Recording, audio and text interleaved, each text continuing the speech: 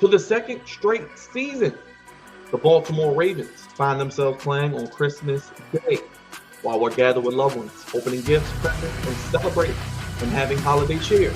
The Ravens will be playing a violent game on the road. They're 10-5. They just beat the Steelers this past Saturday.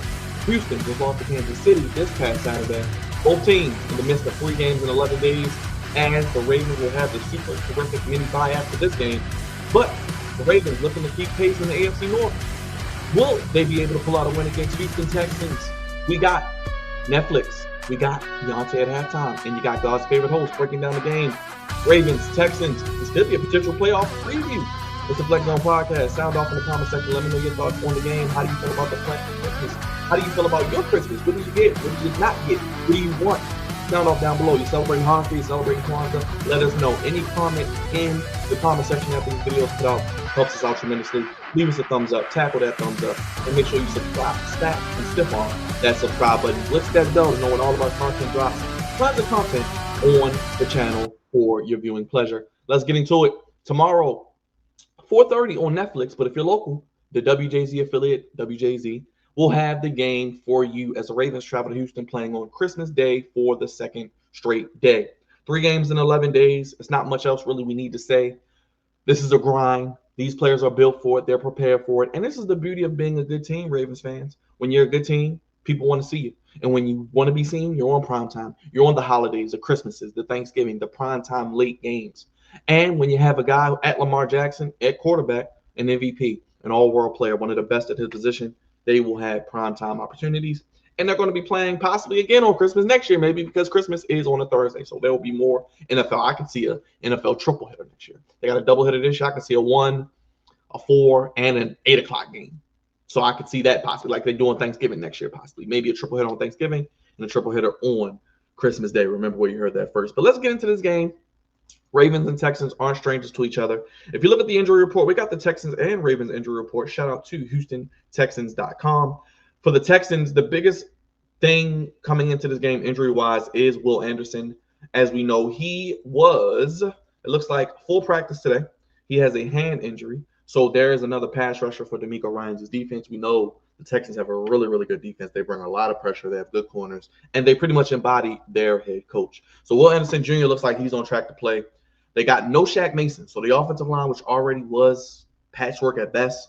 C.J. Stroud's been sacked 47 times.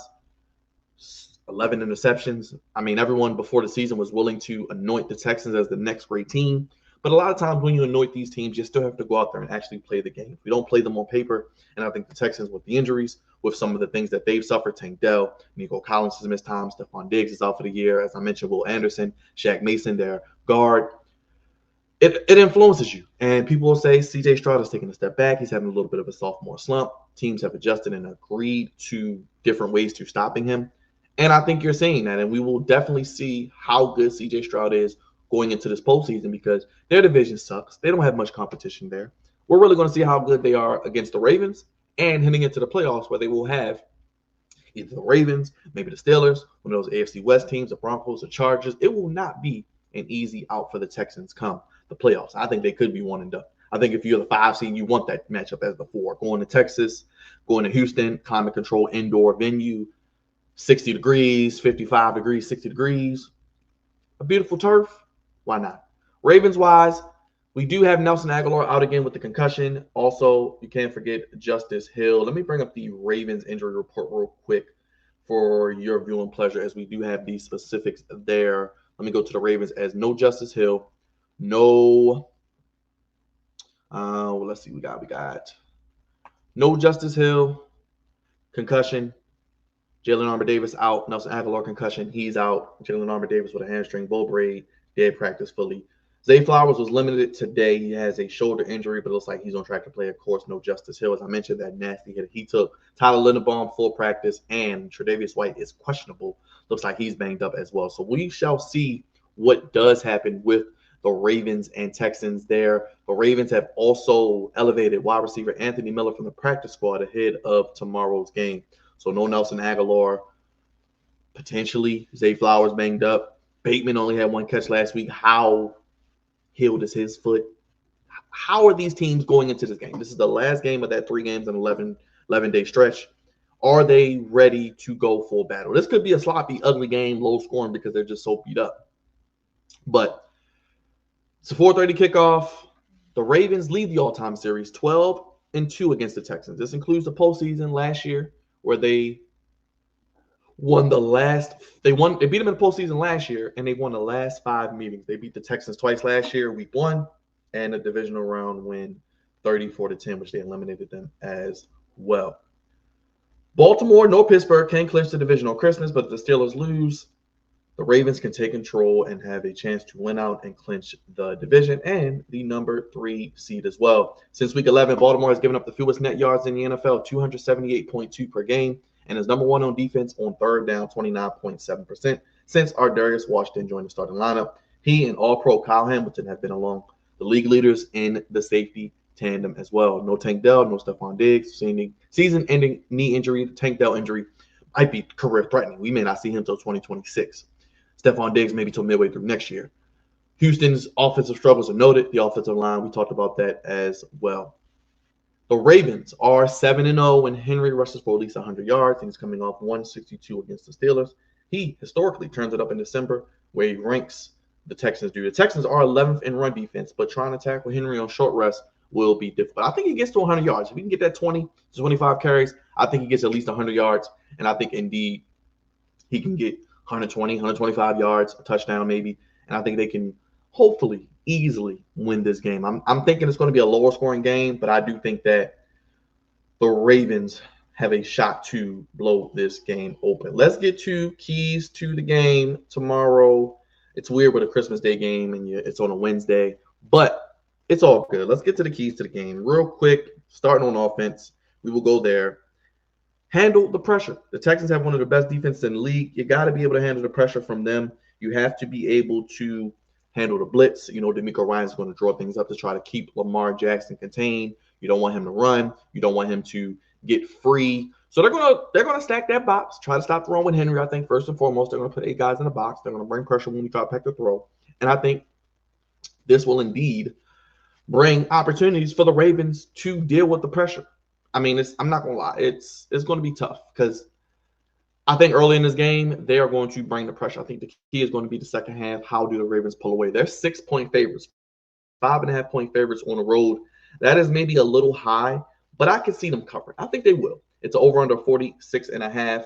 You see the season leaders there as we got the spreads and everything. Lamar Jackson, 37 touchdowns, 4 interceptions. CJ Stroud, 19 touchdowns, 11 picks, 3,400 yards.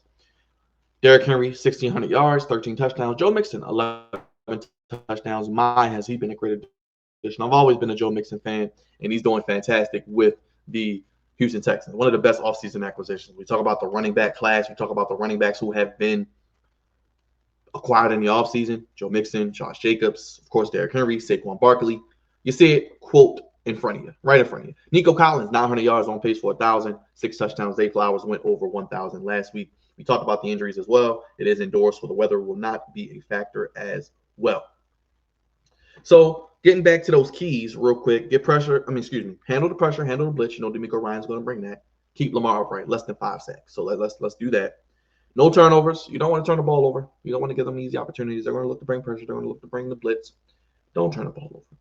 Thirdly, less than 5 penalties. Last week, 2 for 10 yards. What a job the Ravens did last week. 2 penalties for 10 yards. That is the key. They can keep the penalty under yardage under 20 to 30 yards, 3 or 4 penalties a game. They'll be expanding. I think next you want to win time of possession. You got to win time of possession. That means Derrick Henry's getting the ball. You're controlling the tempo. CJ Stroud is limited with his opportunities, and I like that. And lastly, your wide receivers got to win one-on-one. Derek Stingley Jr. as good as advertised. Mr. Lassiter on the other side, they're a really good tandem, very underrated. Derek Stingley Jr. as good as advertised. They get interceptions. They knock the ball away. They're going to be press, physical. Zay Flowers is banged up. Bateman is banged up. I think this could be another game where we see Likely and Andrews do damage because I think they can take advantage of the linebackers and coverage. The wide receivers, we'll see. We'll see because their corners are really, really good. I think they do have the slight edge, especially with no Aguilar, no Justice Hill. Devontae Walker, what are we getting from him? Anthony Miller, he's got caught up, as I mentioned. Bateman, how good is he? Flowers, he's banged up on the injury report. So I think there'll be a lot of Andrews, Likely, and, of course, Derrick Henry. And I think even Keaton Mitchell, Looks like he'll be on track to play tomorrow. Can he fill in that Justice Hill role? Is he healthy? Does he still have that speed and burst and explosiveness with the draws, with the screens in the return game? And I'm intrigued to see. That's one of the things I'm really looking forward to on tomorrow. Defensively, get pressure on Stroud. They've given up 47 sacks, 11 interceptions. You get pressure on him. The Ravens are one of the best sack teams in the NFL. Kyle Van Noy having a great year. Oweh, let's see if you can do something. Ajabo even showed a little flashes last week. Travis Jones, Matabike, they're playing great. Matabike, a Texas native, he wants to show out as well.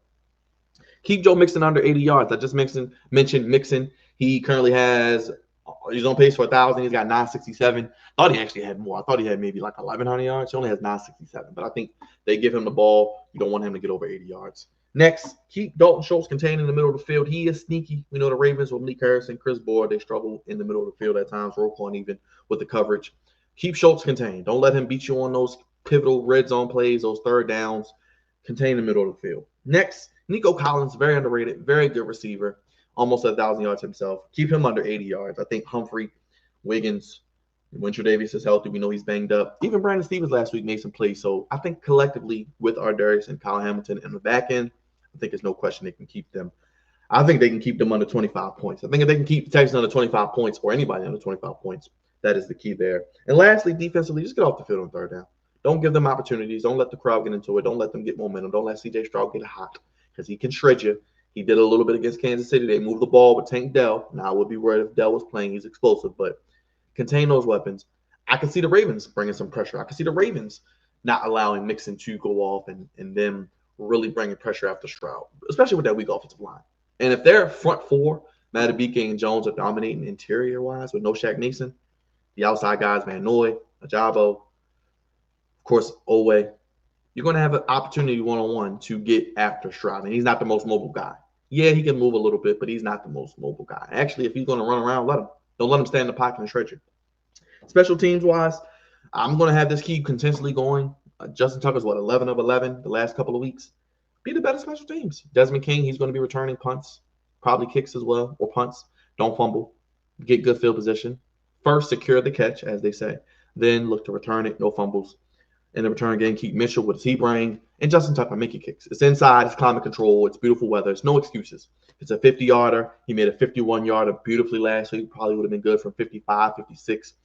Can he kick a 55, 56-yarder, 57-yarder if he needs to indoors? I think Harbaugh will instill confidence to look for it. So look out for maybe a 55, a 56, a 57, 58-yard field goal from Justin Tucker potentially tomorrow. And I think they do win this game.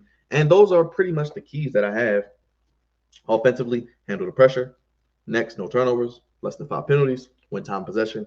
Wide receivers win one-on-one. This could be a big game for likely Andrews and Henry, Mitchell, whoever else out of the backfield. We saw a lot of passes last week to Henry as well. A very well-called game by Todd Monken, and I expect more of the same. Next, looking at the defense, get pressure on Stroud, keep Mixon under 80 yards, contain Dalton Schultz in the middle of the field, keep Nico Collins under 80 yards, and get off the field on third down. And special teams, be the better special teams. Now, the over-under is 46.5. If I have a prediction, if I have a score, I'm picking the Ravens. I don't really pick against the Ravens often. You guys know this. I'm going with the Ravens. I think I can see 27. It might be an over game. 27-23, 27-19, 27-21. I don't know, man. I do think I like C.J. Stroud. I think he's really good. I think he's good to get at least probably 2 touchdown drives. So that's putting him at 14. I'm going to say 27. I'm going to say 27-23. So I don't have the Ravens covering. I think it's a little bit closer than maybe people think, because I don't like all this talk about the Ravens are going to dominate. Oh, it's going to be like last year on Christmas against the 49ers. Oh, the Texans suck. First of all, they're well coached. They're at home. It's a short week. They are a little familiar with us. They played us twice last year. Lamar Jackson is still there. So obviously they're going to try to contain him as an athlete, but I don't think they're ready for him as a passer. And I think D'Amico Ryans knows that. But they have really good corners, so they can put 8 guys in a box, play press man, bring pressure. That is probably your best way to try to slow down this Ravens offense. No Justice Hill, so the pass protection could be a little shaky. Makari, how does he hold up? If Will Anderson is going against Ronnie Stanley, that's a key matchup to watch. Who wins that? Rosengarten. Falele. They've been playing fantastic. We haven't heard them called at all. I think, No pressures given up against the Giants for Rosengarten. Really good last week against Watt. They are the key. If they can hold up on their right side, that is very, very key because I think Stanley is going to be Stanley. He's steady Eddie. And I think Makari, if he doesn't have consistent penalties, the bye week has helped him. He's playing every game. Another super mini bye week after this. That will be very, very imperative and important. So that's what I'm going with. I'm going with the Ravens 27-23. They don't cover, but they win. They hit the over. And I think it's a little bit closer game than people think. I think the Ravens are the better team, but I think the Texans, a little bit of that familiarity. Playing them twice last year, playing them this year. I think the Texans have heard the outside noise. They played tough against the Chiefs. I think they didn't want to lose. I actually picked them to win.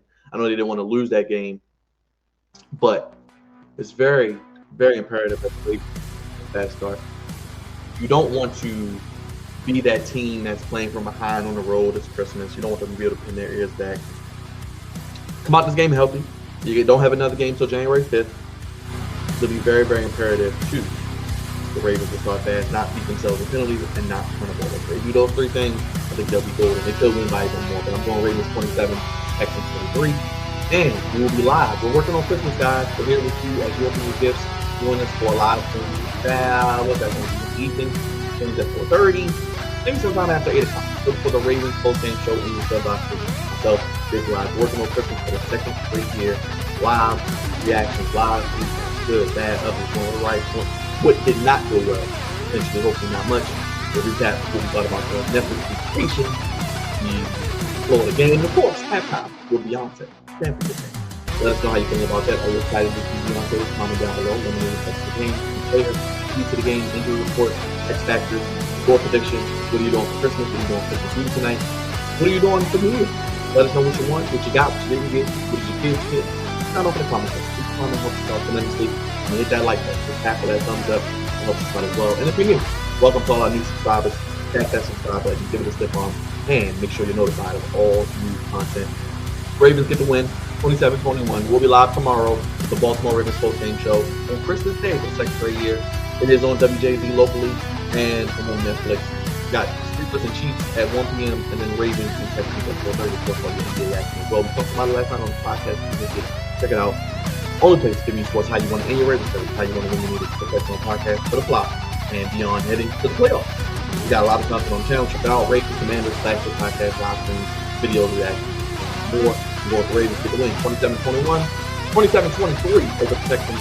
And I hope, and let me be the first, not the last, to wish you a Merry Christmas, Happy Hanukkah, and the Flexon Podcast. To your family, for the Flexon family, yours. Check us out tomorrow. Ravens up for their 11th win, and if you win, we'll be doing it. We'll talk all about it as we get ready. Cool. Ravens football on Christmas, and we'll be live. That's my Ravens posting show on this channel right after the game. Make sure you tap in with us and see you tomorrow. Go Ravens.